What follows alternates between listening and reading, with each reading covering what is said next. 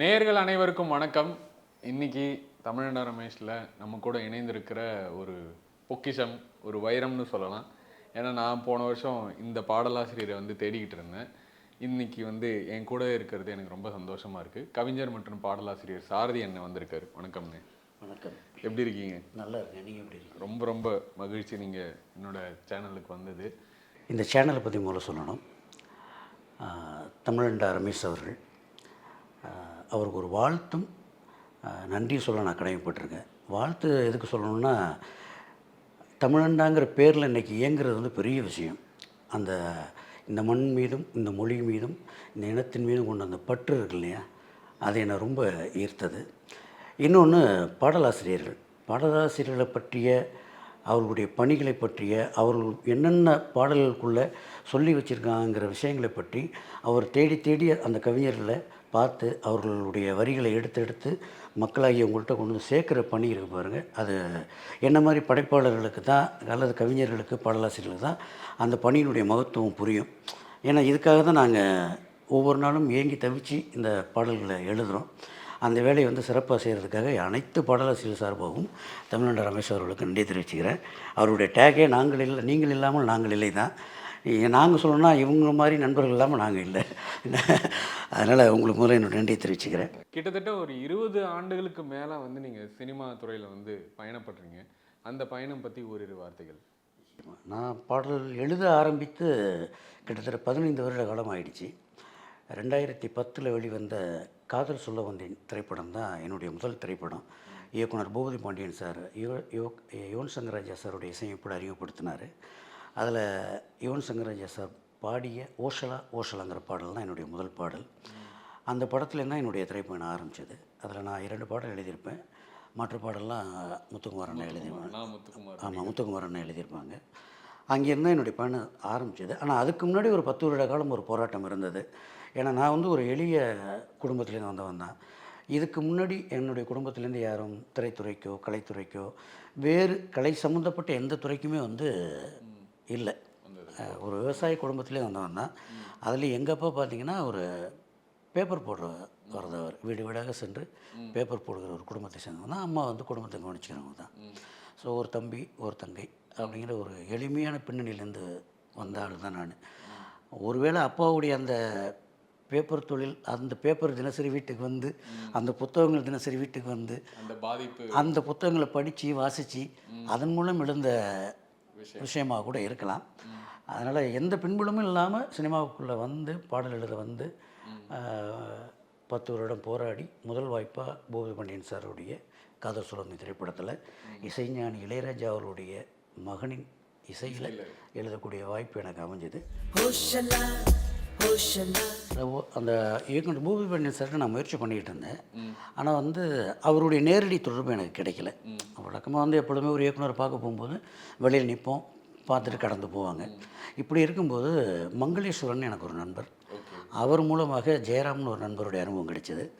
ஜெயராம் சாரும் பூபதி சாரும் வந்து ரொம்ப நெருக்கமான நண்பர்கள். அவர் வந்து ஒரு முறை இப்படி ஒரு பையன் இருக்கான், எழுதுகிறான் என்னை. அப்போ அவர் ஒரு மொழிமாற்று படம் பண்ணியிருந்தார் ஜெயராம்ங்கிறவர். அதில் நான் ஒரு பாடல் எழுதியிருந்தேன். எனக்கு நல்லா எழுதி கொடுத்தாப்புல, கொஞ்சம் முயற்சி பண்ணி பாருங்கன்னாரு. அப்போ வர சொல்லுங்கன்னாரு. 2-3 முறை போனேன், பார்க்க முடியல. ஒரு 5 மாத காலகட்டம் ஆகிடுச்சு. அப்போ நம்ம பொருளாதாரத்துக்கு சிறு சிறு வேலைகள்லாம் செஞ்சுக்கிட்டு இருப்போம் இல்லையா, அப்படி செஞ்சுக்கிட்டு இருந்த காலகட்டம். ஒரு நாள் கேகே நகரை தாண்டி நான் போயிட்டு இருக்கும்போது நம்ம லக்ஷ்மண் சூரதி சிக்னலில் நின்றுக்கிட்டு இருந்தேன். அப்போ திடீர்னு ஒரு யோசனை, நம்ம சினிமாவுக்காக வந்தோம் பாடல் எழுத வேண்டிய அலுவலகம், தேட வேண்டிய இயக்குநர்கள் அலுவலகம்லாம் இந்த பக்கம் இருக்குது. நம்ம எங்கே இந்த பக்கம் போயிட்டுருக்கோம்? நம்ம வயிற்று நிறைக்க வந்தோமா இல்லை வாழ்க்கை நிறைக்க வந்தோமாங்கிற மாதிரி ஒரு கேள்வி. சரி, முதல்ல போய் பூபதி பாண்டியன் சாரை பார்ப்போம், அவரை தான் அடிக்கடி பார்த்துட்ருக்கோம், போவோன்னு நான் நேராக அந்த வேலைக்கு போகிறத விட்டுட்டு திருப்பி இங்கே போனேன். அவருடைய ஆஃபீஸ் வந்து நெசப்பாக்கத்தில் இருந்தது. அங்கே போய் பார்க்க போனேன். நான் போன நேரம் அங்கே ஆனந்தன் ஒரு நண்பர் இருந்தார். அவர் தான் அந்த படத்துடைய இணை இயக்குனர். அவர் வந்து கொஞ்சம் வெயிட் பண்ணுங்கள், ஏன்னா நான் வந்து போனதெல்லாம் அவர் பார்த்துட்டே இருந்தார். கொஞ்சம் வெயிட் பண்ணுங்கள், சார்கிட்ட சொல்கிறேன் அப்படின்னாரு. அவர் சொல்கிறேன்னு சொல்கிற அந்த நேரத்துக்கும், அந்த நேரம் பார்த்து யுவன் சங்கர் ராஜா ஓசலா பாடலுடைய டியூனை அனுப்பின நேரமும் ரொம்ப சரியாக இருந்தது. அப்போ டியூனை கேட்டுட்டு இருக்கும்போது நான் வந்திருக்கேங்கிற விஷயத்தை அவர் உள்ள ஆனந்த் சார் சொல்ல, அப்படியா சரி அவர்கிட்ட அந்த டியூனை கொடுங்க எழுதுறாரான்னு பார்ப்போன்னு அந்த டியூனை என் கைக்கு வர சூப்பர். அதை நான் அந்த நேரத்தில் அங்கே எழுத அவங்களுக்கு அது பிடிச்சி போச்சு. அது வந்து பாட்டே உங்களை வந்து பாட்டே வந்துருச்சு பாருங்க. நான் எங்கேயோ போயிட்டு இருந்தேன், அந்த நேரம் ஒரு சிந்தனை, நம்ம பாடலுக்காக வந்துட்டு வேலைக்காக தெரிஞ்சுக்கிட்டு இருக்கமே இப்போ போய் பார்ப்போன்னு. அங்கே போன நேரத்தில் அந்த இணை இயக்குனர் ஆனந்த் சார் வந்து அவர் அங்கே சொல்ல, அந்த நேரம் பார்த்து யுவன் சங்கர் ராஜா சாருடைய டியூன் அங்கே வர போய் எழுதணும். அப்போ கொடுக்கலான்னு அந்த நேரத்தில் பூபதி பாண்டியன் சாருக்கு அந்த எண்ணமும் உள்ளே வர, எவ்வளோ விஷயங்கள் ஒன்றிணைந்து ஒரு விஷயம் நடக்குது பாருங்க. கண்டிப்பாக என்ன அந்த மாதிரி தான். கல்லூரி கோயிலா தேவதை வாசலா. முதல்ல கல்லூரிக்கு வரக்கூடிய ஒரு விளையாட்டுத்தனமான ஒரு இளைஞன் கல்லூரிக்குள்ளே நுழையிறான். எனக்கு அப்படி தான் அந்த சுச்சுவேஷன் அவர் சொன்னார் சார். உள்ளே நுழையிறான், உள்ளே நுழைஞ்சோடனே ஒரு பெண்ணை பார்க்குறான், பார்த்தோன்னே காதல் வயப்பட்டுறான். அங்கேருந்து பாடல ஆரம்பிச்சிருது. அப்புறம் கல்லூரிக்கான அந்த நேரம் உள்ளே நுழைஞ்சோன்னா வகுப்பறை போயிடுறாங்க. இனிமேல் அந்த பொண்ணை பார்ப்போமா பார்க்க மாட்டோமான்னு இருக்கும்போது இடைவேளையில் கேண்டீனில் சந்திக்கிறான். கேண்டீனில் சந்தித்து அவன் அந்த பாடல் கனவுல இருக்கும்போது மறுபடியும் அந்த பொண்ணை காணாம போயிடுறான். மறுபடியும் வகுப்பறைகளை போயிடுறான். திருப்பி கல்லூரி விட்டு தேடுறான். தேடும்போதும் அவன் கிடைக்கல. சோர்ந்து போய் பேருந்தில் ஏறி உட்காரான். உட்காரும்போது பார்த்தா பக்கத்துலேயே அவள் இருக்கா. இப்படி கொஞ்சம் இடையில விட்டு விட்டு அந்த பாடல் வரும்னாரு. அப்போ அதுக்கேற்ற மாதிரி தான் நம்ம ஒன்றா எழுத ஆரம்பித்தோம். அப்போ தான் நீங்கள் சொன்ன மாதிரி அருகே நீ அமர்ந்தாயடி தோளும் தோளும் கதை பேசுதே, அருகே நீ அமர்ந்தாயடி தோளும் தோளும் கதை பேசுதே, உரசாதே உயிர் கோபுரம் சாயுதே, பேருந்தே குலசாமியாய அழகான ஊர்வலம் நீயும் நானும் சேர்ந்து போவதே, பேருந்தே குலசாமியானதே, மன்றோடு மேகமாய் மாறுதே, உரசாதே உயிர் கோபுரம் சாயுதே. அது நீங்க சொல்றப்பவே இல்லை, அது நம்ம பாரு எப்படி இருக்கு இந்த லைன் அப்படின்னு. அப்புறம் அந்த கேண்டீனில் இருக்கிற விஷயம் தான் நம்ம என்ன உருவப்படுத்தியிருந்தோம்னா, எப்படி கேண்டீனில் என்ன பண்ணுவாங்க, அடுத்து சாப்பிடுவாங்க, டீ சாப்பிடுவாங்க, எதுவும் சாப்பிடுவாங்க. ஸோ அங்கே வந்து தலைகோதி அவள் சாப்பிடும் மேஜை மீது காகமாகிறேன், சிதறாத ஒரு சாதமே அதற்கு ஏங்கினேன் அப்படி. அங்கே அது முதல் தூரல் அது காயவே, அது அந்த இந்த வரி மட்டும் ரொம்ப வீட்டு போய் சேரலை. ஆக்சுவலாக அது வந்து முதல் தூரல் அது காயவே ஜென்மம் 100 கோடி ஆகுமே, மறுதூரல் மதியானமே இது நியாயமா அப்படின்னு எழுதியிருந்தேன்.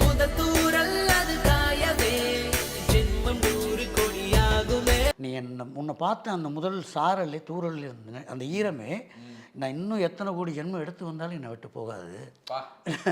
மறுதூரல் அடுத்து கொஞ்ச நேரத்தில் என் மேலே நினச்சிட்டியே இது நியாயமா அவள்கிட்ட கேட்குறேன்.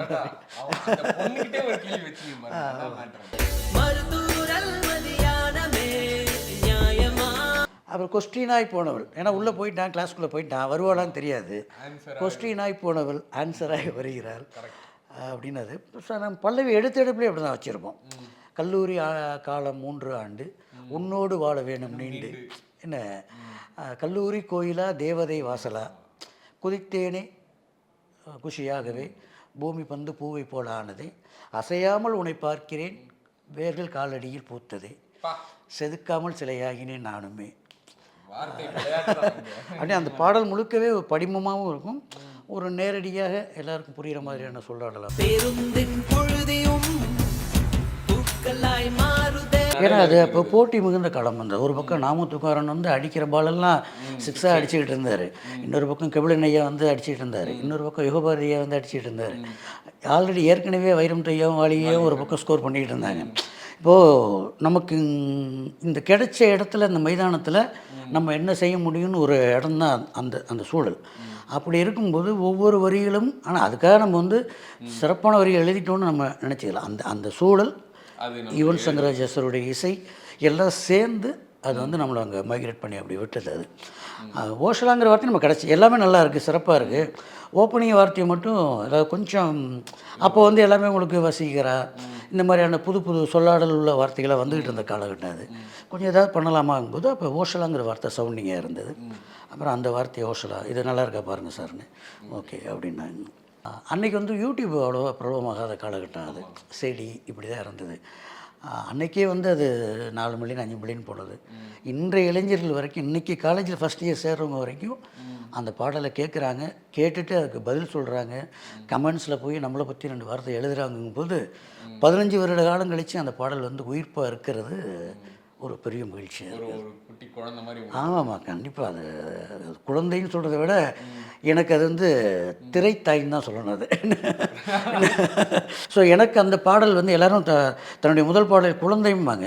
நான் அந்த முதல் பாடல் வந்து ஒரு திரைத்தாயை தான் பார்க்குறேன். ஏன்னா அந்த பாடல் என்னை தட்டி தட்டி வாடா வாடா நீ நல்லா இருக்கணும் வாடா வாடான்னு அடுத்த இடத்துக்கு அழைச்சிட்டு போகுது அது. உங்களுக்கு அந்த பாட்டுக்காக யாராவது பாராட்டியிருக்காங்களா பாடலாசிரியர்? பாடலாசிரியர்கள்னு பார்த்தீங்கன்னா முதல் பாராட்டு வந்து எனக்கு அமரர் முத்துக்குமார் அண்ணன்ட்டேன்னு தான் வந்தது அது. அதே பாட்டில்? ஆமாம், அதே படத்தில் அது பாட்டு. ஏன்னா மற்ற பாடல்கள் அண்ணன் தான் எழுதியிருந்தார். அந்த பாடலுடைய இசை வெளியீட்டு விழாவில் அண்ணன் தான் பிரதான பங்கு வச்சிருந்தார். ஏன்னா அன்றைக்கி அண்ணன் தான் வந்து மிகப்பெரிய பாடலாசிரியர். இப்போவும் இளைஞர்கள் மத்தியில் அவருடைய பாடல்கள் எல்லாமே பிரபலமாக எப்பொழுதுமே இருக்கும் அது. நான் ஒரு பாடல் எழுதினதுனால அன்றைக்கி மேடைக்கு நான் அழைக்கப்படலை. அண்ணன் தான் அங்கே மேடையிலேருந்து இது பண்ணார். ஸோ நான் வீட்டுக்கெலாம் வந்த பிறகு ஒரு ஃபோன் கால் வருது எனக்கு. ரொம்ப நாள் நெடுநாள் அந்த நம்பரை நான் வச்சுருந்தேன். 9444 ஆரம்பிக்கும். சமீபத்தில் தான் அந்த அடிக்கடி அந்த நம்பர் நம்மளை பார்க்கும்போது நமக்கு அவருடைய ஞாபகம் வருதுன்னு அதை எடுத்து விட்டேன். அந்த நம்பர்லேருந்து ஒரு அழைப்பு யாருன்னு எடுத்து கேட்கும்போது நம்ம ஏன்னா ஒவ்வொரு நாள் ஏங்கிட்டு நம்ம ஒவ்வொரு ஃபோன் காலையும் நம்ம வந்து நமக்கான வாய்ப்பாக தான் பார்த்துட்ருக்கோம். எப்பொழுதெல்லாம் நமக்கு பேர் இல்லாத அழைப்பு ஒரு நம்பர் வருதோ அதெல்லாம் நமக்கு பாடல் எழுத கூப்பிட்றாங்களோ ஒரு வாய்ப்பாக இருக்குமோ அப்படிங்கிற ஒரு அலாதியில் தான் எடுப்போம். பல நேரங்களில் அது கஸ்டமர் கேர் நம்பராகவும் இருக்கும். அந்த கஷ்டத்தையும் தாண்டி தான் வரணும் நம்ம. என்ன வேலை வருது அப்படின்னு இருக்கும். கஸ்டமர் கேர்லேருந்து கஷ்டப்படுத்துவாங்க. ஆனால் அன்னைக்கு வந்து நம்ம இஷ்டப்பட்ட ஒரு கவிஞருடைய அன்பு அழைப்பாக இருந்தது. நான் எடுப்புலேயே அவர் பூடகமெல்லாம் பேசலை. தம்பி நான் முத்துக்குமார் பேசுகிறேன்னாரு. அண்ணா சொல்லுங்கண்ணே அப்படின்னு. நான் என்னடா தம்பி இப்படி ஒரு பாடல் எழுதிட்டு மேடைக்கு வரல அப்படின்னாரு. அண்ணா நீங்கள் தான் மேடையில் எங்களுக்கெல்லாம் சேர்த்து அண்ணன் நீங்கள் இருக்கீங்களேண்ணே அப்படின்னு. ரொம்ப சிறப்பாக இருந்தது பாட்டு. ரொம்ப அற்புதமாக எழுதியிருக்க. ஒவ்வொரு பாடல்லையும் வந்து அந்த நீங்கள் கொடுத்துருக்க சொற்களுடைய வீரியம் வந்து ரொம்ப நல்லா இருக்குது. எனக்கு தெரியாது, தெரிஞ்சு தான் நானே உன்னை மேடைக்கு கூட்டிருப்பேன் அப்படி. அது வந்து இன்றைக்கி எல்லா சக கவிஞர்களுமே அப்படி இருக்காங்க. அன்றைய காலகட்டம் ரொம்ப போட்டியாக இருந்த காலகட்டம். அன்றைக்கி வந்து ஒரு மிகப்பெரிய உயரத்தில் இருந்த முத்துக்குமாரனை ஃபோன் பண்ணி பாராட்டி பல கோடி விசிறிகள் அவருக்கு இருக்காங்க ரசிகர். அவர் ஒரு நம்ம வரியை பாராட்டி ஃபோன் பண்ணி நான் எனக்கு தெரிஞ்சுதான் உன்னை மேடை கூப்பிட்டுருமாட்டான்னு சொன்னது.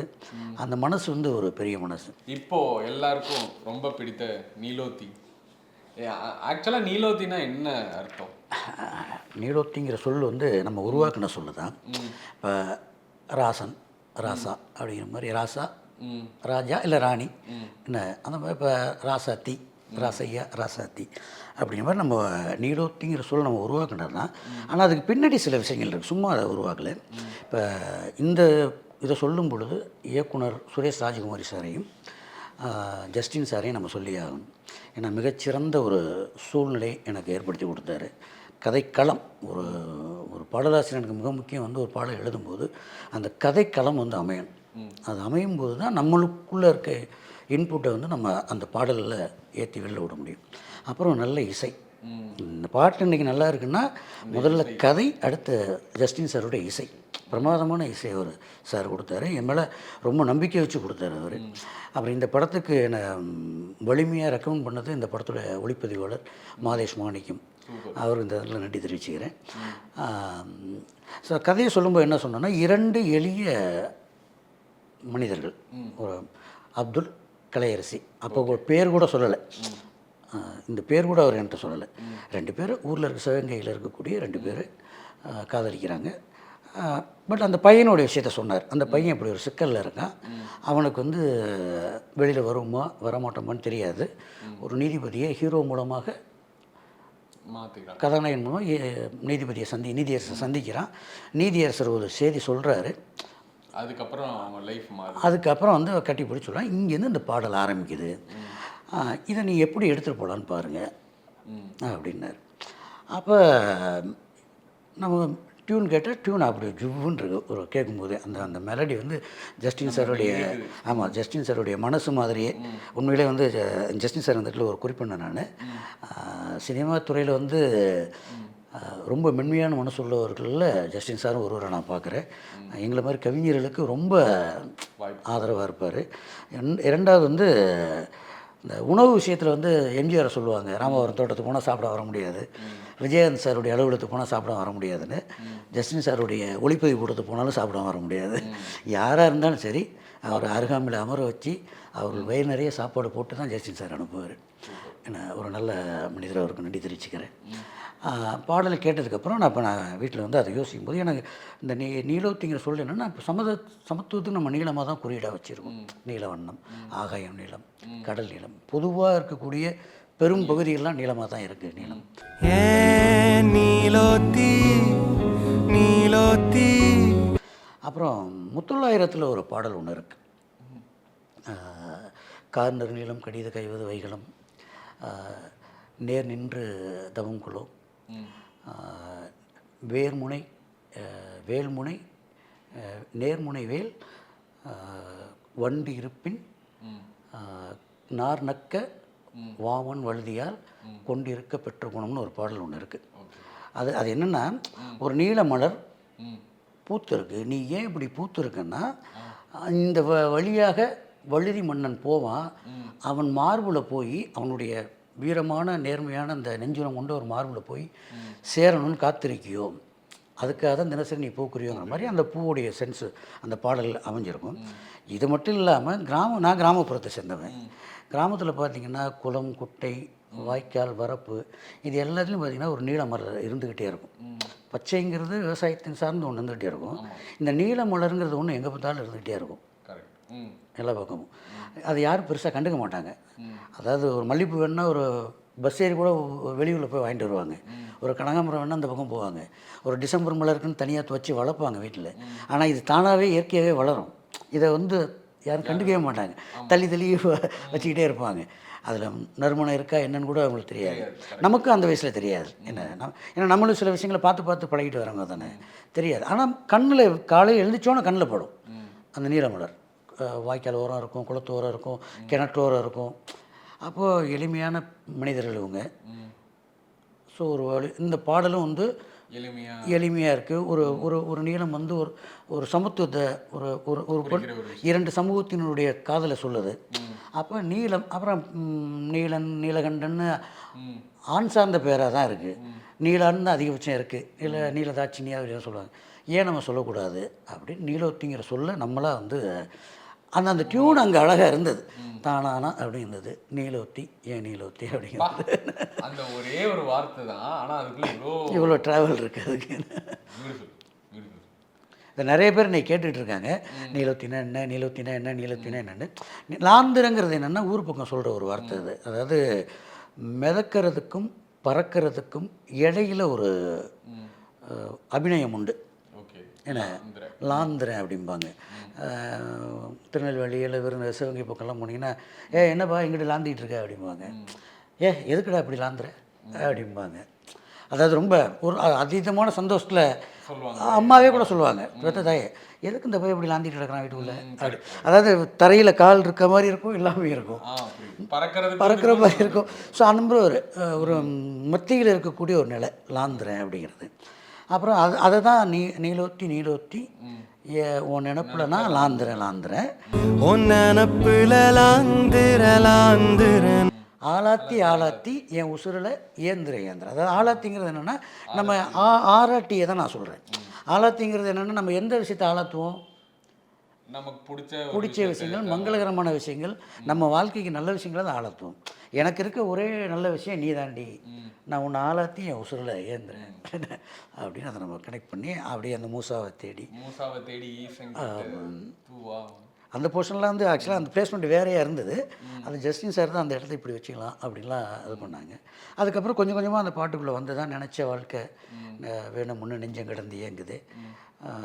அந்த கதாநாயகனை தான் அங்கே நம்ம ப்ளேஸ் பண்ணோம். அதாவது படைச்ச சாமி கேட்காததையும் படித்த சாமி கேட்டது, படைச்ச சாமி கேட்காததையும் அப்படிங்கிறது. ஏன்னா அவர் தானே அவனுடைய பிரச்சனை என்ன அப்படிங்கிறத கேட்பார். காது கொடுத்து கேட்டு அப்புறம் அந்த நீதியரசர் காது கொடுத்து கேட்டு போயிட்டு அப்புறம் வாழ்க்கை. இப்போ இன்றைக்கி எல்லாருமே அந்த வரிகளை குறிப்பிட்டு எடுத்து எழுதுகிறாங்கன்னா படிச்ச சாமி கேட்டதே. அது முதல்ல இயக்குனர் இசையமைப்பாளர் ஏன்னா 2 பேரும் அங்கீகரிக்கணும் முதல்ல. இப்போ நான் எழுதிடலாம், நான் எழுதுனது நல்லா இருக்குன்னு அவங்க அங்கீகரித்து வெளியில் வந்தால் தானே இத்தனை பேருடைய மனசுக்கு போய் சேரும். இல்லைங்க இது வேண்டாம் வேறு ஒன்று எழுதுங்கன்னா நம்ம வேறு ஒன்று தான் எழுதியிருக்க போகிறோம்.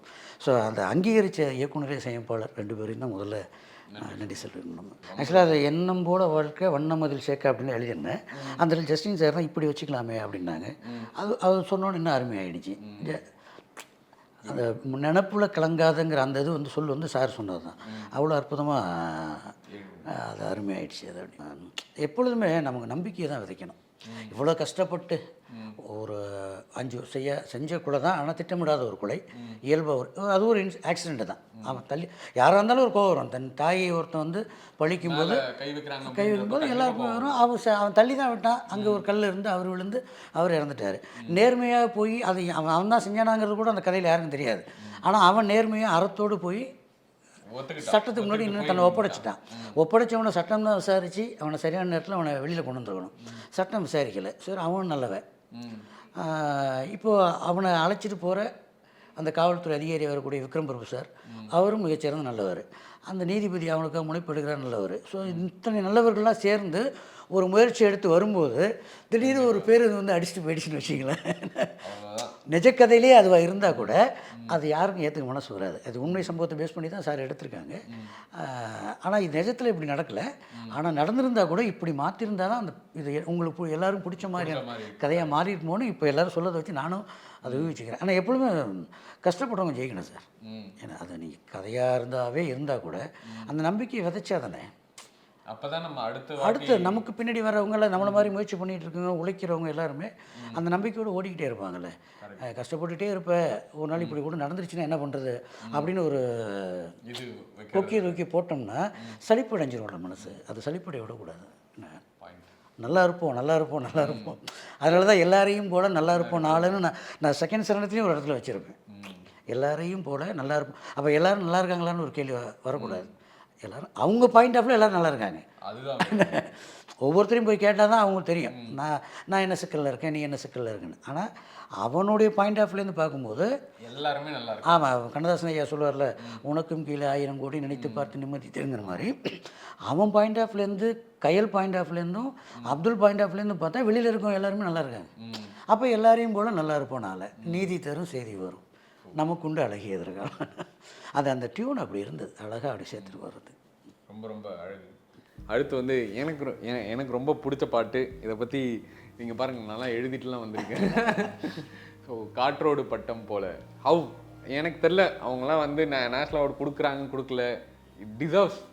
நீங்கள் வந்து ஒரு 10 நேஷ்னல் அவார்டு வாங்கினதுக்கு டிசர்வ் அந்த ஒரு பாட்டு.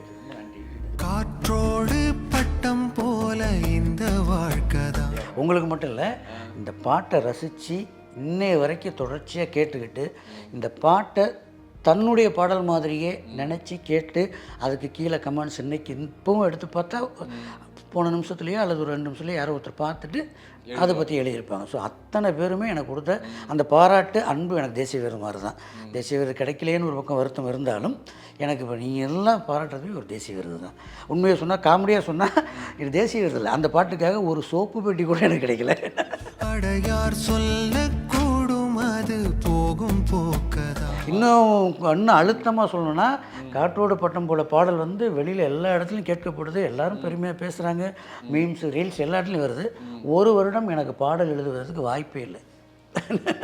ஒரு தெய்வம் பார்க்க வந்து ஒரு தெய்வம் போச்சு என்று. கிட்டத்தட்ட எனக்கு ஒரு மறு ஜென்மம் போல், எல்லாருக்கும் ஒரு செகண்ட் இன்னிங்ஸும்பாங்க இல்லையா, அந்த மாதிரி ஃபஸ்ட் இன்னிங்ஸ் எனக்கு ஓஸ்ட்ரேலியாவில் கிடச்சிது. அது என்ன காரணமோ அது தெரியாது, அது தொடர்ச்சியாக பயணப்படுறதுக்கான அடுத்தடுத்து பாடல் எனக்கு கிடைக்கல. யுவன் சார்கிட்டேருந்தும் எனக்கு யுவன் சார்கிட்ட அந்த ஒரு ஆதங்கம் மட்டும் எனக்கு இருக்குது. ஏன்னா ஒரு நல்ல ஹிட் பாடல் யுவன் சாரியுடைய இசையில் எழுதணும். ஏன்னா அன்றைய காலகட்டத்திலேருந்து பாடலாசிரியர்களுக்கு இசைப்பாடல்கள் தான் பிரதானம். எல்லாரையும் ஒரு பாடல் எழுதுகிற வரைக்கும் தான் வாலியாக இது கூட உதாரணம் சொல்லலாம். எம்எஸ்சி அவர்களை சந்திக்காத முன்னாடி வரைக்கும் கூட எனக்கு சோறு இல்லை, அவர் சந்தித்தது பிறகு சோறு திங்க நேரம் இல்லை, அதாவது சோறு நிறைய கிடைச்சது இருந்தது, சாப்பிட்றதுக்கு நேரம் இல்லைங்கிற மாதிரி ஒரு பாடலாசிரியர் ஒரு இசையமைப்பாளர்கிட்ட எழுதிட்டாருன்னா, அது நல்லா எழுதிட்டாருன்னா தொடர்ச்சி அந்த இசையமைப்பாளர்கள் அவங்கள வந்து ஏதாவது ஒரு படத்தில் ஊக்கப்படுத்திகிட்டே இருப்பாங்க. யுவன் சங்கர் ராஜா சாருக்கு வந்து அப்படி ஒரு பாடல் எழுதி அது அன்றைக்கு இளைஞர்கள் வட்டாரத்தில் பெரிய அளவில் பேசப்பட்டிருந்தும் கூட நான் திருப்பி யுவன் சங்கர் சாரை சந்திக்க முயற்சி பண்ணேன். ஆனால் அவர் சந்திக்க முடியல. கிட்டத்தட்ட நான் தொலைஞ்சே தான் போயிருந்தேன். ஆனாலும் என்னோடய முயற்சி மட்டும் விடலை. நான் முயற்சி பண்ணிக்கிட்டே இருந்தேன். திலகர்னு ஒரு படத்தில் நான் பாடல் எழுதியிருந்தேன். அந்த படத்தின் மூலமாக எனக்கு இயக்குனர் மந்திரமூர்த்தி சார் வந்து அறிமுகம். கிட்டத்தட்ட அந்த படம் 2014 அந்த படம் நடந்தது. 2014 முடிஞ்சு இந்த படம் வந்தது 2022 வேலை ஸ்டார்ட் பண்ணாங்க. ஸோ 6 வருட காலம் எனக்கும் மந்திரமூர்த்தி சாருக்கும் எந்த பழக்கமும் கிடையாது. சும்மா கூட ஹாய் எப்படி இருக்கீங்க என்னன்னு கேட்டுக்கிறேன், அந்த டச்சு கூட கிடையாது. அவர் ஒரு பக்கம் முயற்சி பண்ணிகிட்ருக்காரு, நான் ஒரு பக்கம் முயற்சி பண்ணிகிட்ருக்கேன், அவ்வளோதான். திடீர்னு பார்த்தா ஒரு எண்ணிலேருந்து அழைப்பு வருது, அவர் பேசுகிறார், மந்திரமூர்த்தினா ஞாபகம் இருக்கான்னு. ஞாபகம் இருக்குது சார் உங்களை, நான் எப்பொழுதுமே பழகினவங்களும் அவ்வளோ சீக்கிரம் மறக்க மாட்டேன், ஞாபகம் வச்சுருப்பேன். ஞாபகம் இருக்குது சார், சொல்லுங்கள் சார் எப்படி இருக்கீங்க, நல்லா இருக்கீங்களா, நல்லா என்ன அண்ணா இப்படி ஒரு படம் ஆரம்பிச்சிருக்கேன்னா நான் முதல்ல வாழ்த்துக்கள் சொல்லிடுவேன். வாழ்த்துக்கள் சார்ண்ணே, ஒரு பாடல் இருக்குன்னு நீங்கள் பண்ணணும் அப்படின்னாரு. பண்ணுவோம் சார் அப்படின்னேன். ஒரு 2 நாள் கழித்து கதை சொன்னார். முழுக்க வந்து 2 மணி நேரம் அந்த கதையை வந்து நேரேட் பண்ணார். அதாவது அயோத்தி எப்படி நம்ம ஸ்க்ரீனில் எப்படி நான் பார்த்து நம்மெல்லாம் வந்து அந்த உருகி அந்த அந்த அந்த மனிதனோட கோவப்பட்டோம், அந்த பெண்ணோட அழுதோம், எப்படிலாம் சசிகுமார் சார் கூடயே நம்மளும் இவங்களுக்கு அந்த ட்ராவல் பண்ணுவோம், அப்படியே 2 மணி நேரம் அந்த கதையை சொன்னார் எனக்கு. சொல்லி முடித்தோன்னே எழுந்துச்சி முதல்ல ஒரு கை கட்டி பிடிச்சி கை கொடுத்தேன். ஒரு மிகச்சிறப்பான கதையாக இருக்குது. எனக்கு அந்த கதையில் இருந்த அந்த அந்த 7 சர்டிஃபிகேட் வாங்கணுங்கிற அந்த ஏரியாவே ரொம்ப புதுசாக இருந்துச்சு. இது வரைக்கும் நம்ம கேள்விப்படலை. என்ன அதை கதையை கேட்கும்போதே அவ்வளோ நல்லா இருந்தது. அப்புறம் 3வது மனிதனுடைய உதவின்னு ஒன்று இருக்குல்ல, மானுடம்னு ஒன்று இருக்குல்ல, எங்கேருந்தோ வந்தவங்க ஒருத்தவங்க உதவி செய்யணும் மானுடம், அது ரொம்ப நல்லா இருந்தது. அடுத்து ரகுநந்தன் சாருக்கு பாடல் எழுதணும்னு நான் ரொம்ப ஆசைப்பட்டுருக்கேன். பாட்டு அந்த தென்மேற்கு பருவ காற்று பாட்டு வந்து எனக்கு ரொம்ப பிடிக்கும். நான் பொதுவாக வந்து வைரம் சாருடைய ஃபேனு. வைரம் சாருடைய பாடல் அப்படி விரும்பி கேட்பேன். அதுலேயும் அவர் எழுதின அந்த கள்ளிக்காட்டு தாயே, கள்ளிக்காட்டில் பிறந்த தாயே என்ன கல்லோடச்சு வளர்த்த நீ, அந்த இன்னொரு தாண்டி தாண்டி வரேன், இந்த பாட்டெலாம் வந்து அந்த அம்மா விளக்கமெல்லாம் பயன்படுத்தி விளக்கம் அடித்தாலான்னு அந்த இதெல்லாம்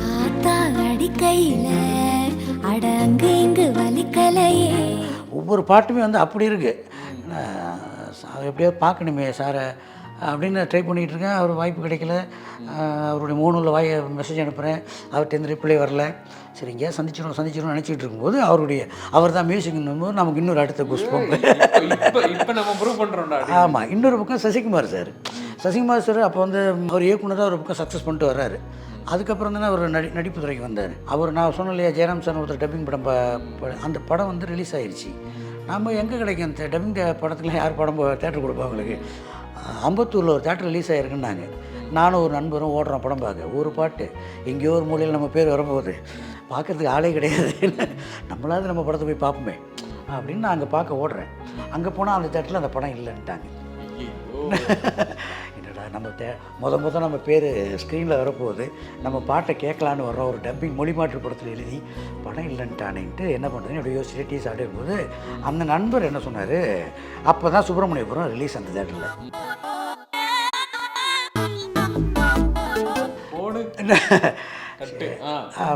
சுப்பிரமணியபுரமா?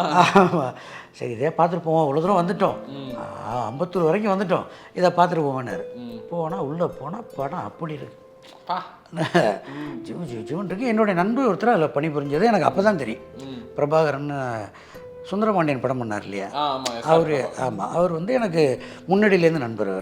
அதில் அவர் வேலை பார்த்தாருங்க விஷயம் அந்த படத்தில் அவருடைய டைட்டில் பார்த்து நானும் தெரிஞ்சுக்கிட்டேன். சார் நம்ம நண்பரை ஒர்க் பண்ணியிருக்காரு போல இருக்குன்ட்டு படம் பார்த்தா அவ்வளோ ஜிம்முன்னு இருந்தது. அப்போலேருந்தே சசிகுமார் சார் மேலே நமக்கு ஒரு அபிப்பிராயம். அப்புறம் அவருடைய படங்கள்லாம் பார்க்க ஆரம்பித்தோம். ஸோ டைரக்ஷனில் படம் எல்லாம் நல்லா இருக்குன்னு நினைக்கும்போது அவர் நடிக்கிற படம் அயோத்தி.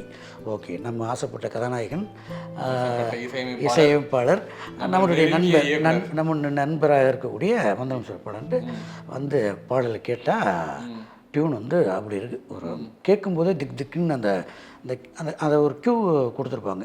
அந்த க்யூ வந்து நம்ம கேட்கும்போதே திக்குன்னு இருக்குது. ஆமாம், என் மனைவி என் குழந்தைகள்லாம் மறுநாள் ஒரு விசேஷத்துக்காக ஊர் கிளம்புறாங்க. அவங்கள போய் பேருந்து ஏற்றி விட்டுட்டு நான் வந்து வேகமாக வழக்கமாக பேருந்து என் கண்ணிலேருந்து மறையிற வரைக்கும் என் குழந்தைகளுக்கு ஒரு தகப்பனாக அவங்கள வழி அனுப்பி வாய் சொல்லி வச்சுட்டு தான் வருவேன். சில நேரம் அந்த எங்கேயும் எப்போதும் படத்தில் ஒரு பஸ் ஸ்டாண்டில் வந்து ஒரு புதிய மனைவியை பிரியாமல் ஒருத்தன் பின்னாடியே வந்து கை காட்டுவேன். அந்த மாதிரி என் குழந்தைகளுக்கு எங்கெல்லாம் என் டூ வீலரால் அந்த ரூட்டில் ஃபாலோ பண்ண முடியுமோ அது வரைக்கும் ஃபாலோ பண்ணி டேட்டா காமிச்சு தான் வீட்டுக்கு போவேன் நான். அன்றைக்கி அவங்கள ஏற்றி விட்டு நீங்கள் போக மாட்டேன்னு நேராக வீட்டுக்கு வந்துட்டேன். ஏன்னா அந்த டியூன் என்னை கூப்பிடுது, வா வா வா வான்னு சட்டையை பிடிச்சி இழுக்குது என்ன. அதே மாதிரி அவர் சொன்ன கதை வந்து உட்காந்து எழுதுனா முதல்ல காற்றோட பட்டம் போல் வரல, வேறு ஒரு வார்த்தைகளாக வருது. அப்போ பார்த்தீங்கன்னா ஒரு அரைச்சொல்லாக வருது, மனைவி இழந்த வார்த்தைகளாக இழந்த கணவனுடைய வார்த்தைகளாக வருது. ஒரு 4 வரைக்கும் மேலே என்னால் அதில் எழுத முடியல. என்னடா அது மனைவி குழந்தைகள்லாம் ஊருக்கு போகிறாங்க, நமக்கு வந்து இப்படி உன்னை நான் பார்ப்பேனா, நல்லடக்க செய்வேனா, இப்படி இந்த மாதிரியான சிந்தனைகளாக வருது. இது வேண்டாம், முதல்ல குடும்பம் அப்படின்ட்டு எடுத்து வச்சுட்டு வலுக்கட்டாயமாக ஒரு தூக்கத்தை வரவழைச்சிக்கிட்டு தூங்கி காலையில் 5 மணிக்கு அவங்க ரீச் ஆகிட்டேன்னு சொன்னது பிறகு தான் நம்ம பாடல் எழுத ஆரம்பித்தோம். அப்போ முதல்ல எழுதின வெர்ஷன் பார்த்திங்கன்னா ஆர்ஆர்ஓ அதுதான், நல்லவர்கள் கூடும்போது அந்த மாதிரி தான் போனோம். நல்லவர்கள் கூடும்போது நன்மைகளும் கூடி போகும். அதே மாதிரி சரணத்தில் பார்த்தீங்கன்னா நல்லவர்கள் கூடும்போது நன்மைகள்லாம் கூடி போகுமே, அன்புடைய தோட்டமாகும் எல்லா ஊருமே நான் எழுதியிருந்தேன். அந்த இடத்துல மட்டும் கண்ணிமைக்கும் நேரம் போதுமே எல்லாம் மாறுமேன்னு மாற்றிருந்தாங்க. கண்ணிமைக்கும் நேரம் போதும் எல்லாம் மாறுமே. இது ஹீரோ பாயிண்ட் ஆஃப்ல தான் ஃபஸ்ட்டு எழுத சொல்லியிருந்தேன். ஒருத்தன் உதவி பண்ணுறான், அவனோட பர்ஸ்பெக்டிவ்லேருந்து எல்லாரும் இதை கேட்டு மனிதர்கள் எல்லாரும் உதவணும். அப்போ அவன் மேலே இருக்க அன்பு செலிப்ரேட் பண்ணணும், அவன் மேலே இருக்கட்டும், ஆனால் அவன் தற்பெருமையை சொல்கிற மாதிரி இல்லாமல் இருக்கட்டும். அப்படிங்கும்போது நம்ம யாரோ வந்து போகும் இந்த வாழ்க்கையில் சில பேரோட சொன்ன மட்டும் தங்கிக்கொள்ளும் நெஞ்சில் அப்படின்னு அது ஒரு பாட்டா அப்படியே போய் போய் போய் இன்று யார் யாரோ செய்த அன்பால் நெஞ்சம் கூட்டதோ ஒரு வெள்ளைத்தாளனை மாறும். அது அப்புறம் போக என்னாச்சு, இந்த பாட்டை அன்பாக மாற்றலாமே. சிறு வெள்ளைத்தாளின் மீது பல வண்ணம் சேரும் போது அப்படின்னு தோணும்போது நம்ம வந்து அந்த இடத்துல வேற லிரிக் நம்ம மாற்றுறோம். அங்கேதான் உண்டாகும் கண்ணால் மாற்றமே. அது எல்லாத்துலேயும் பாருங்கள் அன்புங்கிற சொல் எல்லா பாட்டுலேயும் வந்துக்கிட்டே இருக்கும். நீ இன்னொரு முறை கேட்டு பாருங்கள், ஒவ்வொரு பாட்டுக்கு இடையிலையும் என்ன எல்லா நாளுமே விதை நெல்லாய் மாறுமே, எல்லா நாளுமே விதை நெல்லாயாகுமே, அன்பால் யாருமே பக்கம் வந்து நின்றால் போதுமே. என்ன அந்த மாதிரி எல்லா வரியிலையுமே நம்ம வந்து அன்பு அன்பு அன்பு அன்பு. அந்த லாஸ்ட் இடத்துல கூட பார்த்திங்கன்னா அன்பால் தானே இந்த தோற்றம் மாறும் அப்படின்னு. அன்பால் யாருமே பக்கம் வந்து நின்றால் போதுமே. அந்த உன்னையும் மின்னையும் சேர்த்து வைக்கும் பாலம் அன்பு பாலம் தான் அப்படின்னா அந்த பாடல் அந்த பாடலை கேட்டோன்னா அவர் ரொம்ப பிடிச்சி போச்சு.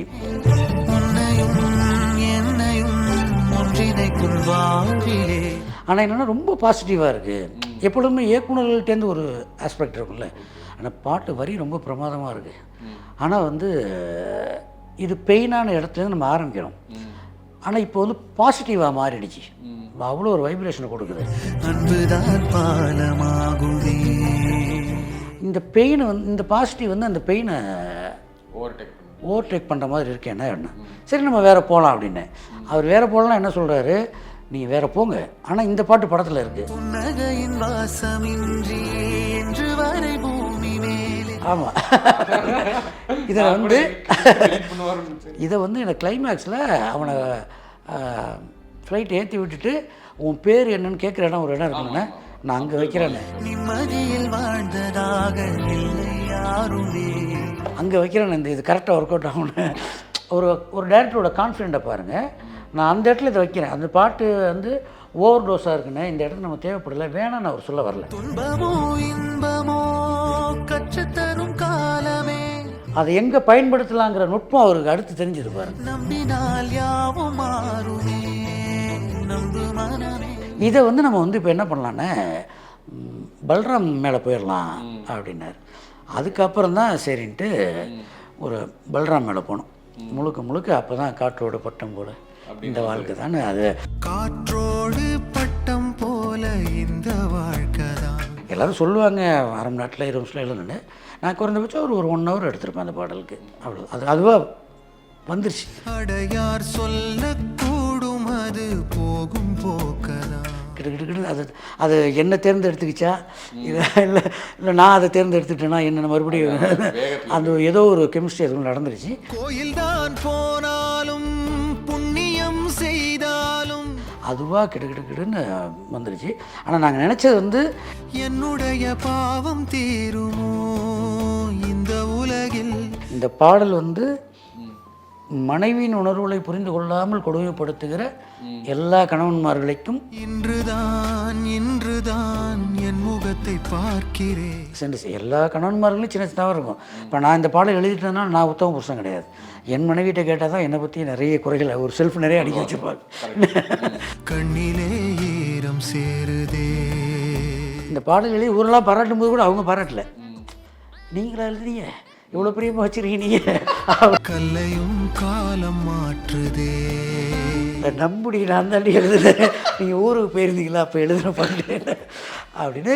இந்த மாதிரி ஒரு பேராக வந்தது பிறகும் மேடையில் 50வது நாள் விழாவில் என்னை கூப்பிட்டு ஒரு ஷீல்டு கொடுக்கும்போது அவன் முழுமையாக நம்பினான். நீங்கள் எப்படி எழுதுவீங்க? பக்கத்துல வாழும்போது உன் அருமை தெரியல. எனக்கு ஒரு காய்ச்சல்னா கூட நீங்கள் கண்டுக்க மாட்டீங்களே, நீங்கள் எப்படி பக்கத்தில் இருக்கும்போது அப்படி. அதுக்கப்புறம் உண்மையிலே நான் ரொம்ப வருத்தப்பட்டேன், இந்த பாட்டை நம்ம எழுதிக்கூடாது. ஏன்னா ஒரு சின்ன வீட்டுக்குள்ள சின்ன சலசலப்பு இருந்தால் கூட பக்கத்தில் இருக்கும்போது என்ன அருமை தெரியாதுன்னு நீங்கள் தான் எழுதிருக்கீங்க. உன் அருமை தெரியும் போது பக்கம் நீ இல்லை. பாருங்க, உங்களுக்கு ஒரு நாள் இது உணர்வீங்க நம்மளே த்ரெட்டன் பண்ணுறது அப்படின்னு. ஆனால் ஒரு விதத்தில் என்னுடைய மனைவியோட வழிகளையும் நான் புரிந்து கொள்வதற்கு அந்த பாடல், ஒரு பெண் இடத்துலேருந்து ஒரு வழியை புரிஞ்சுக்கிறதுக்கும் நமக்கு அந்த பாடல் உதவியாக இருந்தது. தன்னந்தனி படகு போல தத்தளிக்கும் வாழ்க்கை போல நிறைய பேர்கிட்ட அந்த பாடல் போய் சேர்ந்து இன்றைக்கி வந்து எல்லோரும் எடுத்து பேசுனதுக்கு மந்திரமூர்த்தி சாருக்கும், இயக்குனர் இசையமைப்பாளர் ரகுநந்தன் சாருக்கும், பாடகர் பதிப்பையா அவர்களுக்கும் நேரில் நான் ரொம்ப நன்றி தெரிவிச்சுக்கிறேன். தண்டனைகள் ஏதும் இல்லை இந்த மண்ணில். நீரிலே பூத்தாலும் பூக்களின் வாசங்கள் தண்ணியிடம் சேர்வதில்லை, என்ன விதியோ. அது வந்து ஒரு மாதிரி சயின்ஸாக இருக்கும். அது என்னென்னா, எனக்கு ஒவ்வொரு பாடல்லையும் நான் தேடுவேன் எனக்கான இடம் இங்கே என்ன இருக்குது. இது வந்து பாடல் வந்து எப்பொழுதுமே ஒரு கூட்டு முயற்சி தான். இயக்குனர், இசையமைப்பாளர், கவிஞர், சில நேரம் பாட வர்ற பாடல்களுடைய குரல் வளம், உச்சரிப்பு வளத்தை பொறுத்து கூட நம்ம லகரத்தை லாவாக மாற்ற வேண்டியிருக்கும். இன்னும் சில பேர் ரே வராது, அப்போ அந்த இடத்த நம்ம மாற்ற வேண்டியிருக்கும். ஸோ அது ஒரு கூட்டணி முயற்சி தான். என்ன அப்படிங்கும்போது நமக்கான பங்களிப்பு அங்கே என்ன இருக்குது, நம்ம என்னவா இதில் நம்மளை வந்து நம்ம வெளியில் சொல்லிக்க போகும்போது அந்த இடத்துல இயக்குனர் வந்து ஒரு இடம் வரும். கதையைப்படி சொல்லியிருந்தார், பையனை கூப்பிடுவார் அப்பா, பையன் வரமாட்டான் அப்படிம்பார். சரி, எனக்கு அந்த இடம் வந்து அந்த ஒரு அது வரைக்கும் மென்மையாக போயிட்டு இருந்த இடம் தானானா ஒரு சின்ன ஒரு மேலே ஏறும் அந்த இடம். அந்த இடத்த நான் பிடிச்சிக்கிட்டேன். நீரிலே பூத்தாலும் பூக்களின் வாசங்கள். இங்கே ஏதாவது ஒன்று ஒரு கவிதையை ஒன்று போட்டு பார்ப்போமே அப்படிங்கும்போது எனக்கு நீரிலே பூத்தா, அதாவது தண்ணியில் தான் பூத்தாலும் தண்ணியோட பூவோட வாசம் தண்ணிக்கு கிடையாது. என்ன அந்த மாதிரி எங்கிட்டேருந்து தான் நீ வந்திருக்க, ஆனால் உன் பாசம் என் பாசம் ஒன்ட்டையும் போச்சு, உன் பாசம் எங்கிட்டையும் போச்சுடா அப்படிங்கிற அந்த இடத்த அங்கே ஃபில் பண்ணுவோம் அப்படின்ட்டு. தண்ணியிடம் சேர்வதில்லையே என்ன விதியோ. சில பேர் கண்டுபிடிச்சி சொல்லுவாங்க, சில இடம் அது மேஜிக்காக அது வெளியில் வந்து பேசப்பட்டுரும். அன்பிலே அன்பிலே இந்த மனம் வாடுதே. இது ரொம்ப அண்டர் ரேட்டட், இது யாருமே கேட்கல, போய் கேட்டு பாருங்க அப்படின்ற மாதிரி. உங்களுக்கு நீங்கள் எழுதுனதுல நிறைய பாடல் இருக்குது. குறிப்பாக திலகர் படத்துலேயே சொல்லலாம். திலகர் படத்தில் பார்த்தீங்கன்னா ஒரு காதல் பாடல், நீங்கள் சொன்னீங்க இல்லையா அந்த மாஸ் ஹீரோ சாங், அது அந்த பாட்டு வந்து வெள்ளாவி மனசுக்காரணை. அந்த பாடல் எழுத வாய்ப்பு கொடுத்த பெருமாள் பிள்ளை சாருக்கு இந்த தருணத்தில் நான் நன்றியை தெரிவிச்சுக்கிறேன்.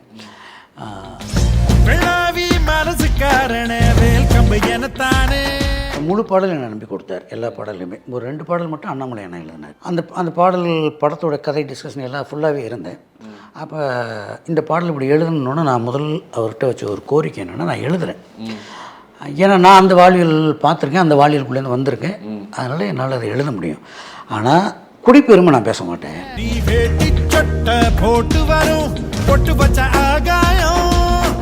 அதாவது குடிப்பெருமை பேசி இன்னொருத்தரை, சக மனிதனை தாழ்த்துற எந்த மாதிரியான வரியை நான் வைக்க மாட்டேன். சூப்பர். என்ன நான் அதுதானே. ஆமாம், அதுக்கு நீங்கள் இடம் கொடுத்தீங்கன்னா நான் எழுதுகிறேன். மற்றபடி வந்து இப்போ நான் பாடல் எழுதுகிறேன், எங்கள் அப்பா நல்ல பாடல் எழுதியிருக்காருங்கிறத மற்றவங்க பேசுகிறாங்களோ இல்லையோ, பிற்காலத்தில் என் புள்ள வந்து பேசலாம். இப்போ என் புள்ள என்னை பற்றி பேசுகிறது வந்து குடிப்பெருமையோ தற்பெருமையோ ஆகிடாது, என்னை முன்ன அடையாளப்படுத்துகிறான்னு அர்த்தம். அந்த மாதிரி ஒரு சமூகத்தினுடைய விஷயத்தை, அந்த பழக்க வழக்கத்தை, அதில் இருக்கக்கூடிய வாழ்வியலை சொல்லுவோம், அதில் மாற்றுக்கிறது இல்லை. ஆனால் இதை வச்சு நாங்கள் தான் பெருசு அப்படிங்கிற மாதிரியான எந்த விஷயமும் நம்ம போர்ட்ரேட் பண்ண வேண்டாம் சார் அப்படின்னு சொன்னோம். எங்களுக்கு தாயாகும் மூவருக்கு மூவரே, தேவருக்கு தேவரே, முக்குலத்தின் காவலரே அப்படின்ட்டு போல எங்களுக்கும் இங்க கடிவாளம். தொகைராலே பார்த்தீங்கன்னா போஸு அப்படின்லாம் வந்திருக்கும். அதில் சுபாஷ் சந்திர போஸை தான் அவன் கதைப்படி அவன் பேர் போஸ் தான். கரெக்ட். என்ன ஸோ நம்ம அந்த போஸையும் சேர்த்துக்கிட்டோம், நம்மளுடைய சுபாஷ் சந்திர போஸ் அவர்களையும் அதை எடுத்துக்கிட்டு தான் வெள்ளாவி மனசுக்காரனே வேல்கம்பு எனத்தானே அப்படி கொஞ்சம் கொஞ்சமாக போய் சரணத்தில் பார்த்தீங்கன்னா அவங்களுடைய வாழ்வியல் முழுக்க கொண்டு வந்திருப்போம். அதில் ஆத்திரமும் அரவணைப்பும் எங்களோட அடையாளம், அப்போ அணைச்சிக்குவோம், காத்த போல எங்களுக்கும், ஆமாம், ஏற்ற போல எங்களுக்கும் இல்லை எங்கள் கடிவாளம், ஆத்திரமும் அரவணைப்பும் எங்களோட அடையாளம் அப்படின்னு அங்கங்கே என்னென்னலாம் சொல்ல முடியுமோ.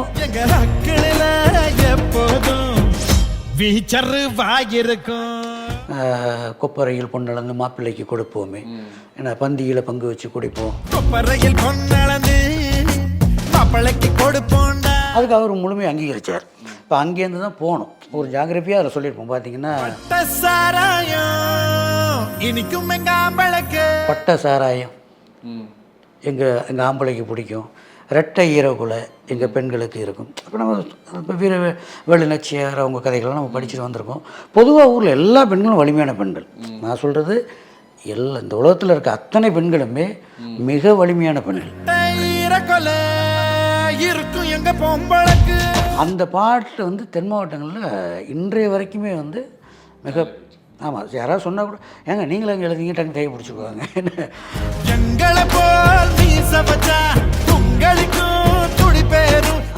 அந்த படத்தில் நான் ஒரு காதல் பாடல் எழுதியிருந்தேன், வெறிச்சி வெறிச்சி ஆமாம், வெறிச்சி வெறிச்சி பார்த்துன்னு ஒரு பாட்டு ஒன்று இருக்கும். அதில் பார்த்தீங்கன்னா இதயமின்றி இடப்புறம் இல்லை, இதயமின்றி இடப்புறம் இல்லை. ஆமாம், பாட்டோட பல்லவி அதுவாக தான் இருக்கும். இதயமின்றி இடப்புறம் இல்லை, அது நகர்ந்து கொண்டு வலப்புறம் செல்ல, நகர்ந்து கொண்டு வலப்புறம் செல்ல, எனக்குள் என்ன நடந்தது புள்ள, நடந்தது மெல்ல, எனக்குள் என்ன நடந்தது மெல்ல, அது உனக்கு மட்டுமே தெரியுமே புள்ள, உனக்கு மட்டும் தெரியுமே புள்ள, நான் உரைச்சனா இனிச்சனா கரிச்சனா. அதுக்கு அது வேலையும் கேள்வியும் கேட்டுட்டு அதுக்கு பதில் நீ சொல்லு. 3 தான் இருக்கு இந்த சாப்பிட்ற விஷயத்துல. வெறிச்சு வெறிச்சு நீ பாக்குற போது பட்டத்து யானையில இன்னொரு பாட்டு எழுதிருப்பீங்க, இந்த 2020 மேட்ச் போல. அது வந்து சூப்பர். 2020 மேட்ச் போல நான் வந்து என்ன நினைச்சேன்னா, ஆக்சுவலா வாலிகார் தான் எழுதியிருப்பார் போல அப்படின்னு நினைச்சேன் பட்டத்து யானை அந்த இந்த பாட்டு. பட் நீங்கள் அனுப்புனதுக்கு அப்புறம் தான் தெரிஞ்சது அது வந்து நீங்கள் தான் எழுதுங்க. மறுபடியும் பூபதி பாண்டியன் சாருடைய படத்தில் எழுதக்கூடிய ஒரு வாய்ப்பு வந்தது, தமன் சாருடைய மியூசிக்கு. அது ஆக்சுவலாக பார்த்தீங்கன்னா திருச்சியில் எழுதின பாடல். அது ஷூட்டிங், மறுநாள் ஷூட்டிங். முதல் நாள் எனக்கு காலையில் ஃபோன் பண்ணுறாங்க, இந்த மாதிரி அர்ஜென்ட்டாக ஒரு பாட்டு வேணும், திடீர்னு ஷூட் ஃபிக்ஸ் பண்ணிட்டோம், சாங்கு டியூன் ரெடியாக இருக்குது, பாடல் வேணும்ன்ட்டு. எனக்கு நான் இப்போ தஞ்சாவூரில் இருக்கேன், பொங்கல் இந்த மாதிரி பொங்கலுக்காக போயிருக்கேன். அப்போது டியூன் அங்கே வருது, வாட்ஸ்அப்பில் அனுப்புகிறாங்க. அப்போ வாட்ஸ்அப் கூட இல்லை, மெயிலில் அனுப்பிச்சாங்க. மெயிலேருந்து போய் நான் எனக்கு இதை கன்வெர்ட் பண்ணிவிட்டு எடுத்து எழுதுகிறேன். தமன் சாருடைய மியூசிக்கு ஆல்ரவுண்டராக அவர் தெலுங்கு தமிழில் அடிச்சுட்டு வந்துட்டுருக்காரு. அவருடைய அன்புக்கும் பாத்திரமாகணும். அப்புறம் எனக்கு அறிமுகப்படுத்தின பூபதி பாண்டியன் சாருடைய படம் கேட்டோம். அதில் பார்த்தீங்கன்னா தொகைரா ஒன்று ஆரம்பிக்கும், தனியாக தான் வந்தேன் புள்ள, தனியாக தான் போவேன்னு நினச்சேன். அதாவது திருச்சிக்கு நான் தனியாக தான் வந்தேன், தனியாக தான் போவேன்னு நினச்சேன், பார்த்து உன்னை பார்த்து இது பண்ணிட்டேன் அப்படிங்கிற மாதிரி அந்த பாட்டு ஆரம்பிக்கும். அது சரணத்துலலாம் வந்து கொஞ்சம் டியூன் அப்படி இருந்துச்சு. அப்போ ஏதாவது புதுசாக சொல்லணும் அப்படின்னு ஃபஸ்ட்டு வருஷன்லேயே அது ஓகே ஆகிடுச்சு.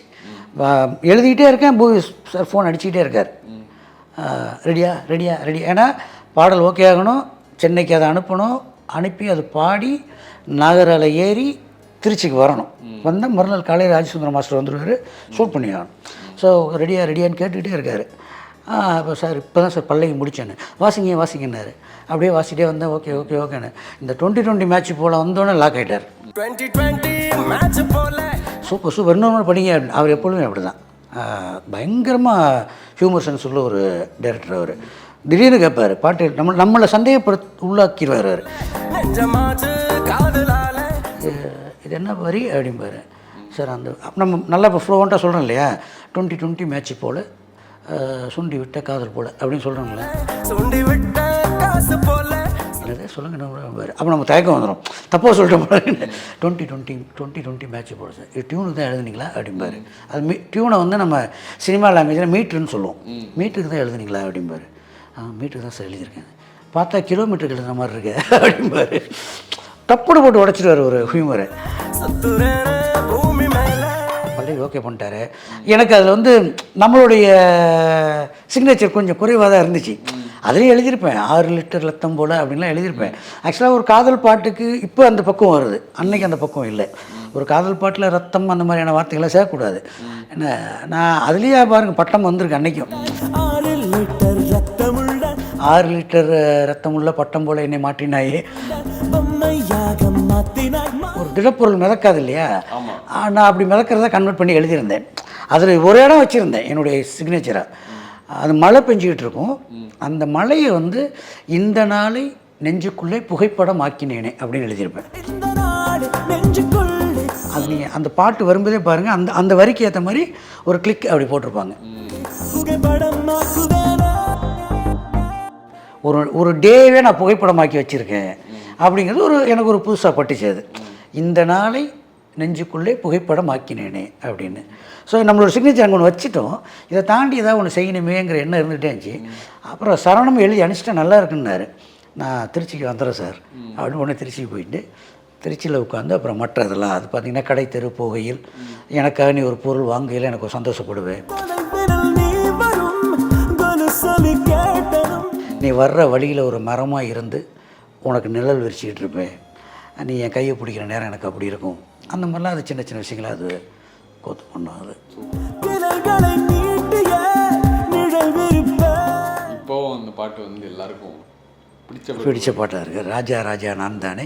அது வந்து அது யூஸ்வல் வேர்டு தான். எல்லாருக்கும் அவனுடைய காதலி வந்து வார்த்தை வேணால் பழசாக இருக்கலாம், ராஜா ராணிங்கிற சொல் பழசாக இருக்கலாம். பட்டு என் செல்லக்குட்டி, என் கண்ணுக்குட்டி, என் அம்மு, என் ராணி தானே கொஞ்சம் நம்ம. ஸோ ராஜா ராஜா நான் தானே, மக ராணி ராணி நீ தானே அப்படின்னு ஆரம்பிச்சு அப்படி அது போடுறது. ஒரு பாடலாசிரியர் பேர் சொல்கிறேன், அவங்கள்ட்ட உங்களுக்கு ரொம்ப பிடிச்ச பாட்டு இல்லைன்னா அவங்களோட தனித்தன்மை இருக்கும்ல, இந்த மாதிரி அவங்க எழுதுவாங்க, அந்த மாதிரி உங்களுக்கு ரொம்ப பிடிச்சது. வில் ஸ்டார்ட் ஃப்ரம் நீங்கள் சொன்ன மாதிரி கண்ணதாசன்லேருந்து ஸ்டார்ட் பண்ணுவோம். கண்ணதாசன் ஐயா ஏன் ரொம்ப பிடிக்குன்னு கேட்குறது என்ன சொல்கிறது, முழுமையான வாழ்வியோட கலந்தவர். இப்போ எம்எஸ்சி ஐயா, இளையராஜா ஐயா, ரகுமான் அவர்களெல்லாம் மாதிரி நம்முடைய காதுகளை நீங்கள் எங்கே திருப்பினாலும் எங்கிருந்தாலும் இந்த காற்றில் அவங்களுடைய சொல் வந்து கேட்டுக்கிட்டே இருக்கும். எங்கேயோ பேசின மாதிரி இருக்கும்.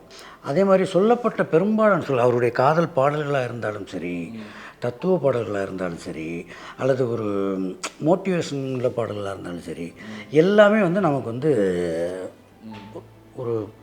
ஒரு தியரி தான். எனக்கு என்ன தியரி நான் சொல்கிறது என்ன, வாலியாவே சொன்னது தான்.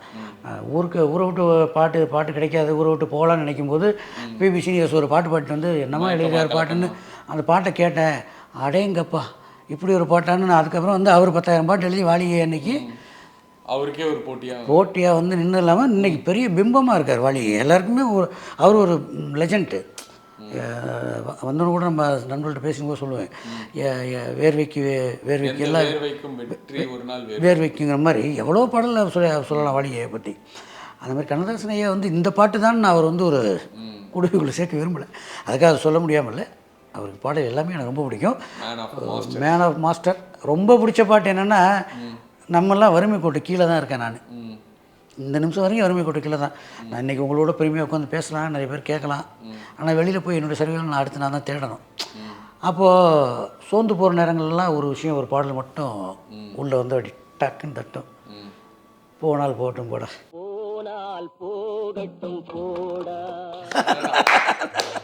அவ்வளோதான். போனால் போட்டு எவ்வளோ பெரிய தத்துவம் ஆமாண்ணே. ஒரு வார்த்தை. கமலஹாசன் சார் கூட சமீபத்தில் ஒன்று சொல்லியிருப்பார்ல ஒரு டைலாக்ல, கஷ்டமான நேரங்களில் வீரங்கள்லாம் சொல்லிக்கிறது என்ன, பார்த்துக்கலாம் அந்த மாதிரி அப்படி மாதிரி பார்த்துக்கலாங்கிறதுக்கான தாய் வார்த்தை வந்து எனக்கு தெரிஞ்சு போனால் போகட்டும் போட. என்ன இந்த பூமியில் நிலையாய் வாழ்ந்தவர் யாரடா? சித்தர்கள் பாடல் தான். என்ன நமக்கு அதுக்கு முன்னாடி இருந்த குதவிமணி சித்தர், பட்டினத்தார், திருமூலர்னு எத்தனையோ பேர் சொல்லிட்டு போனது தான். என்ன இந்த 2 வரியில் அப்படி அந்த 2 வரியில் கொண்டு வந்து அதை சுருக்கி அதை எல்லாருக்கும் புரிகிற மாதிரி அடிக்கிறதுன்னு ஒன்று இருக்குல்ல, அது கண்ணதாசன். அது எப்பொழுதுமே எளிமைங்கிறதுக்கு அதான் சொல்லுவாங்க. ஆனால் எளிமையில் தான் அவர் வந்து எளிமையாகவே சாதாரண ஆட்களும் புரிந்து கொள்ள முடியாத இலக்கியம் தான் வச்சார். ஆலங்காய் காய், அத்திக்காய் காய், இது கேட்குறது காய் காயாக இருக்கும், அத்திக்காய் காய்ன்னு. அந்த ஒவ்வொரு காய்க்கு பின்னாடி இருக்கும் ஒன்று. எந்த ஊர் இருந்தவனே இருந்த ஊரை சொல்லவா, வளர்ந்த ஊரை சொல்லணும், ஊராக போயிடுவார். என்ன எந்த ஊர் என்றவனே பார்த்தேன், ரசித்தேன், பக்கம் வர துடித்தேன், என்ன மலைத்தேன், இவள் என்ன மலைத்தேன். என்ன மாதிரி அந்த ஆமாம், எல்லா தேனுக்கு இடையிலையும் ஒரு தேன் இருக்கும். அது என்ன தேனுங்கிறது நீங்கள் உள்வாங்கி படிக்கும்போது தான் அப்படியே எங்கப்பா என்னடா அந்த மனசை இவ்வளோ. அதுவும் பெரிய பெரிய ஆட்கள் சொல்லும்போது கேள்விப்பட்டீங்கன்னா அதெல்லாம் ஒரு 1/2 மணி நேரத்தில் எழுதிட்டாரும்பாங்க. அடுத்து காமு ஷெரீஃப். காமு ஷெரீஃப் ஐயா வந்து தமிழர்களால் அதிகம் கொண்டாடப்படாத ஒரு கவிஞராக தான் நான் பார்க்குறேன். இஸ்லாமிய சமுதாயத்தில் பிறந்து என்ன சொல்கிறது, நிறைய தமிழ் மீது பற்று கொண்ட ஒருத்தர், தமிழ் தேசியத்தை போற்றிய ஒருவர். நான் அதுக்கு தான் இதை கோட் பண்ணுறேன். என்னமோ அதாவது இப்போ நம்ம திரைப்படத்தில் கூட ஒரு இஸ்லாமிய பையனுக்கும் ஒரு இந்து பொண்ணுக்குமான காதலை காமிச்சிருப்பாங்க. அதில் அப்துல் ரஹூபின் பேர் ஈழத்தமிழர்களுக்காக தீக்குளித்த ஒரு பேர் வந்து அப்துல் ரஹூப்னு இருக்கணும். ஸோ இங்கே இல்லை, அவருக்கு முன்னாடியே ஒருத்தர் தமிழ் தேசியத்தின் மீது பற்று கொண்டு தமிழ் திரையுலகில் பாடல் ஏற்றியிருக்கார். மாப்போசி ஐயா கூட இணைஞ்சு அவர் வேலை பார்த்துருக்கார்.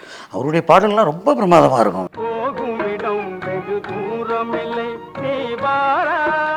காமுகர் சூழ்ந்தாலும் கடும் பசி வந்தாலும் கற்பு நிலை தவறாதே மனமே, ஏமாற நேர்ந்தாலும் தற்கொலை பாதையை தேடாதே மனமே எழுதியிருப்பார். இப்போ கற்பு வந்து உடலோடு சம்மந்தப்பட்டு நீ நிறைய பேர் பேசிகிட்டு இருக்காங்க. அவர் தெளிவாக ஒரு டிஃபைன் பண்ணுறாரு. காமுகர் சூழ்ந்தாலும் கடும் பசி வந்தாலும் கற்பு நிலை தவறாதே மனமேங்கிறார். அவர் உடம்புல இல்லை கற்பு. என்ன பாரதி சொன்ன மாதிரி ஆணுக்கும் பெண்ணுக்கும் நடுவில் பொதில் வைப்போன்னு பாரதி சொன்ன மாதிரி கற்பு வந்து உடம்புல இல்லை, ஆண் உடம்புலையும் இல்லை, பெண் உடம்பு மனசில் இருக்குது. மனசுங்கிறது என்னதால் ஆனது? எண்ணங்களால் ஆனது. நம்மளுடைய எண்ணங்களின் குவி மையம்தான் மனசு. ஏன் எண்ணத்தை வந்து பி பாசிட்டிவ்னு சொல்கிறோம். நம்ம உன்னுடைய ரத்தம் வேணால் நெகட்டிவாக இருந்துட்டு போகுது, உன்னுடைய எண்ணம் வந்து பி பாசிட்டிவ்னு ஏன் சொல்கிறோன்னா, நீ உன்னுடைய எண்ணம் தான் உன்னுடைய செயல்பாட்டுக்கான ஊன்றுகோலாக இருக்கும். அந்த ஊன்றுகோலுக்கு தான் அது ஊனி தான் நீ நடக்க ஆரம்ப, அப்புறம் ஓட ஆரம்ப, தனியாக நிற்க ஆரம்ப. அப்போ அவர் என்ன சொல்கிறார்? காமுகர் சூழ்ந்தாலும் கடும்பசி வந்தாலும் கற்பு நிலை தவறாதே மனமே, ஏமாற நேர்ந்தாலும் தற்கொலை பார்த்து. எவ்வளோ ஒரு கான்ஃபிடண்டான பாரு. இன்றைக்கி எத்தனை சாதாரண பரீட்சையில் மிட் டேர்மில் வந்து 10 மார்க் கம்மியாக எடுத்துன்னு சூசைட் பண்ண செய்தியெல்லாம் பார்க்குறோம். 8ஆம் வயசு குழந்தை வந்து தற்கொலை பண்ணுதுங்க. 8 வயசு குழந்தைக்கு என்னங்க தெரியும்? உயிரோட மதிப்பு தெரியுமா? இல்லை படிப்பு அதோட படி முடிஞ்சு போச்சுன்னு நினைக்கிறாங்களா? அப்போ இந்த சொசைட்டி என்ன உருவாக்கி வச்சுருக்குன்னு ஒன்று இருக்குல்ல. அப்போ அந்த கவிஞர் என்ன வேலையை பார்த்துட்டு போயிருக்காரு? அவர் டிஃபைன் பண்ணுறது பாருங்களேன். காமுகர் சூழ்ந்தாலும் கடும் பசி, 2 தான் மனிதனோட மிகப்பெரிய கடும் பசி. பசியை பற்றி நம்ம எல்லாருமே சொல்லிட்டாங்க. பாரதி கூட ரொம்ப எளிமையாக சொல்லிட்டு போயிட்டார். தனி ஒரு மனிதனுக்கு உணவில்லைன்னு பசி எவ்வளோ பெரிய. ஏன்னா பசியில் தான் நீங்கள் ஒரு மனிதன் தப்பாக யோசிப்பான். திருட தோணும், சக மனிதனை அடிக்க தோணும், கொலை செய்ய தோணும், தவறுகளுடைய இந்த காவாளித்தனம் சொல்கிறாங்கள்ல, அதில் ஒட்டுமொத்த விஷயமும் அங்கே தான் தோணும். அப்படி ஒரு இடத்துல கூட கற்பு நிலை தவறாதே மனமேங்கிறார். அடுத்து வந்து வைரமுத்து, என்னுடைய குருநாதர்னா நான் அவர்கிட்ட வேலை பார்க்கல. இன்னும் சொல்லப்போனால் அவர்கிட்ட நான் சந்தித்ததில்லை, பேசினதில்லை, தூரத்துலேருந்து பார்த்துருக்கேன். ஆனால் எனக்கு விவரம் தெரிஞ்ச நாள்லேருந்து அவர் பாடல் எனக்கு ரொம்ப பிடிக்கும். வைரமுத்து அந்த அந்த பேரே எனக்கு வந்து ஒரு பிடிச்ச பேர், வைரமுத்து. வைரமுத்துங்கிறது சினிமாவுக்கு வந்த காலகட்டத்தில் என் இன்சிலே வையின்னு போட்டிருந்தேன். எந்த அளவுக்கு உங்களுக்கு இது இருந்து அவர் மேலே பாருங்கள், அதாவது ஒருத்தன் தகவல் பேரை மாற்றக்கூடாதும்பாங்க. நான் ஒரு புனைப்பேர் வச்சுக்கிட்டேன், என்ன சாரதின்னு. ஆக்சுவலாக அப்போ என் பேர் முருகேசன், முருகதாஸ்னு வச்சுருந்தேன் பேர், முருகதாஸ் அப்படி வச்சுருந்தேன். அதுக்கு நான் வந்து வை முருகதாசன் தான் பேர் எழுதிக்கிட்டு இருந்தேன். என்கிட்ட கேட்பாங்க, என்னப்பா நீ உங்கள் அப்பா பேர்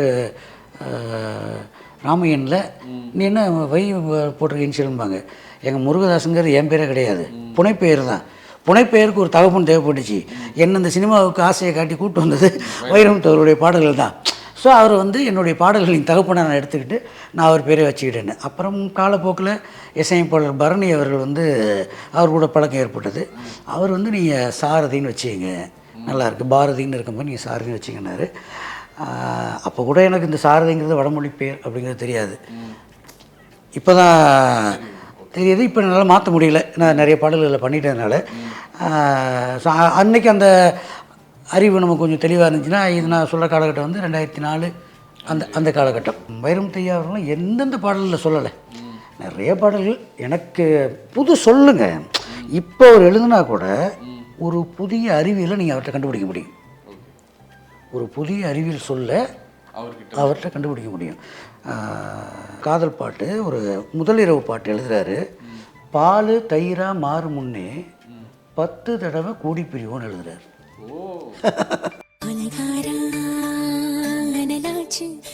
எங்கே யார் கொடுப்பா அப்படிப்பட்ட வார்த்தையை? ஏன்னா அந்த மாதிரி அவருடைய சொன்னான்னு நிறைய சொல்லுவேன். வைரமுத்து ஐயா அவர்களை பற்றி ஏகப்பட்ட வரிகள் வியந்து சொல்லுவேன். எனக்கு எப்பொழுதுமே அவர்கிட்ட பிடிச்ச ஒரு பாட்டு, காலகாலமாக எனக்கு பிடிச்ச ஒரு பாட்டு ராரா ராமையா பாட்டு. அது 2 காரணம் உண்டு. எங்கள் அப்பா பேர் ராமையன், ராரா ராமையன் ஆரம்பித்த மாதிரி ஒன்று. அதெல்லாம் சும்மா தமாஷ் சொன்னாலும் அதில் இருக்கக்கூடிய கருத்து 8க்குள்ளே அப்படின்னு சொல்லி, ஒவ்வொரு 8லையும் உன்னுடைய வாழ்க்கை ஆணோ பெண்ணோ யாராக இருந்தாலும் சரி, ஒவ்வொரு 8க்குள்ளேயும் உன்னுடைய 8 என்னவா இருக்குது, அந்த 8க்குள்ளே உன்னுடைய லட்சியத்தை நீ எட்டுட்டியான்னு ஒரு கேள்வி வச்சார்ல. கிட்டத்தட்ட திருக்குறள் மாதிரி தான் அது. நான் சொன்னேன் இல்லையா, 15லேருந்து இல்லை 18 வயசில் ஒரு திருக்குறளை படிச்சுட்டா அவனை யாரும் கெடுத்த முடியாத மாதிரி அந்த 8 படி நீங்கள் வாழ்றியான்னு ஒரு முறை யோசனை பண்ணி பாருங்கள். நான் யோசனை பண்ணி பார்க்குறேன். அவர் சொன்ன 4ஆம் எட்டுக்குள்ளே என்னால் சில விஷயங்கள் இன்னும் பண்ண முடியல. அடுத்த 5ஆம் எட்டுக்குலாம் பார்க்கலாம். 5ஆம் எட்டில் சேர்க்காதது செல்வம்னாரு. பார்ப்போம், செல்வத்தை சேர்க்குறோமான்னு பார்ப்போம். நானும் என்னுடைய 3ஆவது எட்டில் இருக்கீங்க அவருக்கு. அதாவது அதுக்கு ரசிகர்களை பார்த்து கேட்குறேன், என்ன ரொம்ப ரொம்ப மகிழ்ச்சி. நீங்கள் கொடுத்த இந்த பொன்னான நேரம் எங்களுக்கு ரொம்ப ரொம்ப காஸ்ட்லி. ஏன்னா எதை வேணால் மறுபடியும் வாங்கிடலாம். ஆனால் எங்களுக்கு இந்த 1.5 மணி நேரம் 2 மணி நேரம் நீங்கள் பேசுனது எங்களுக்கு இருக்கிற ஆசை ஒன்று தான். எனக்கும் சரி, இங்கே இருக்கிற எல்லாருமே சரி, இன்னும் வந்து நீங்கள் நிறைய பாடல்கள் எழுதணும், நிறைய உயரங்களுக்கு போகணும். நாங்கள் இங்கேருந்து வாழ்த்தி பாராட்டி உங்களை பற்றி வீடியோ பேசிகிட்டே இருக்கணும். அண்ட் அடுத்தடுத்த தலைமுறைக்கும் உங்களுடைய வரிகள் வந்து சென்றடையணும். நீங்கள் எழுதுகிற கவிதைகளாக இருக்கட்டும், பாடல்களாக இருக்கட்டும், மிகப்பெரிய வெற்றி அடைய எங்கள் சார்பாக மிகப்பெரும் வாழ்த்துக்கள். பணி ரொம்ப நன்றி. தொடர்ச்சியாக நானும் திரைத்துறையில் இயங்கணும், பாடல் எழுதணும் அப்படி தான் நினச்சிட்டு இருக்கேன். சொல்கிற பாடல்களில் முடிந்த அளவுக்கு நல்ல விஷயங்களை சொல்லுவோம் அப்படிங்கிறது தான் என்னுடைய நோக்கமாக இருக்குது. ஏன்னா நான் படித்த தமிழ் என்னை அப்படி தான் வளர்த்து விட்டுருக்கு. மறுபடியும் உங்கள் அனைவருக்கும் நன்றி சொல்லிக்கொண்டு, தமிழண்ட ரமேஷ் அவர்களுக்கு எங்களை மாதிரியான கவிஞர்களை கூப்பிட்டு வச்சு எங்களுடைய உழைப்பை உங்கள் முன்னாடி எடுத்து காமிக்கிற இந்த பணி தொடரணும். நிறைய பாடலாசிரியர்கள் தமிழண்ட ரமேஷ் அவர்களுடைய சேனலில் வந்து பேசி அதன் மூலமாக அவர்கள் இன்னும் பெருமை அடையணும்னு கேட்டுக்கிட்டு உங்கள் எல்லாருக்கும் ரொம்ப நன்றி கூறுகிறேன். வணக்கம். நன்றி.